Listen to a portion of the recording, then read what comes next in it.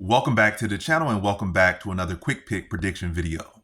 In this video, I'll be predicting the bantamweight bout between John Castaneda versus Mark Vologdin. And how do I feel about this one right here is I'll go low confidence Mark Vologdin to beat John Castaneda.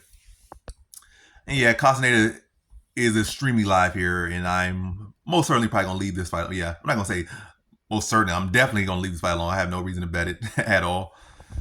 Don't care to bet the underdog. Don't care to bet the favorite. Definitely. And I think it's kind of pick him anyway, but still, I don't care. I do not care to bet this fight. But yeah, low confidence, Vologdin.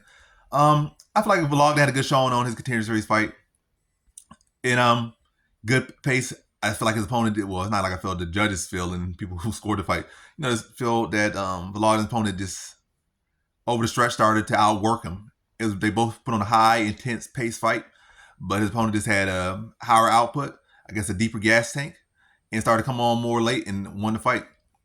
Then with Castaneda can be a dog at times, but I feel like Castaneda, really have not been saying that dog from him as much. Like, he's been around the UFC a good number of years, and sometimes you lose that dog a bit. This is definitely a winnable fight. Castaneda is still the bigger fighter, the taller fighter. Vologdin is very small. He might as well just go to flyweight. He's like 5'3" with like 64-inch reach. Yeah, might as well go to flyweight.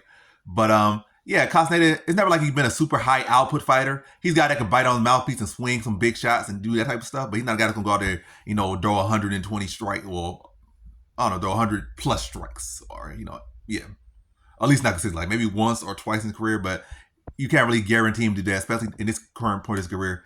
He's still a dangerous fighter, still live. Really probably should be the favorite because it's not even like Vologdin even won his contender series fight. He came up short in that fight, but yeah, Vologdin showed good.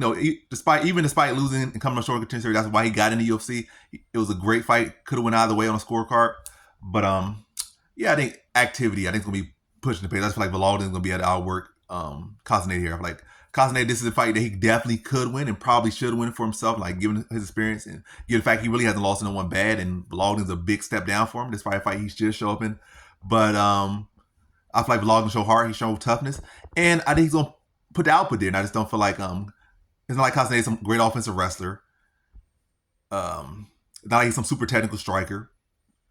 Vologdin has shown toughness, and I just think it's gonna come down to who's gonna push more. And Vologdin clearly showed that he can push pretty well. And again, Castaneda has never really been a guy that's, again, as far as work rate, like he'll go to war, but he's not a guy that's gonna put out that volume in a super particularly high output, high intensity, like in drawing with some heat.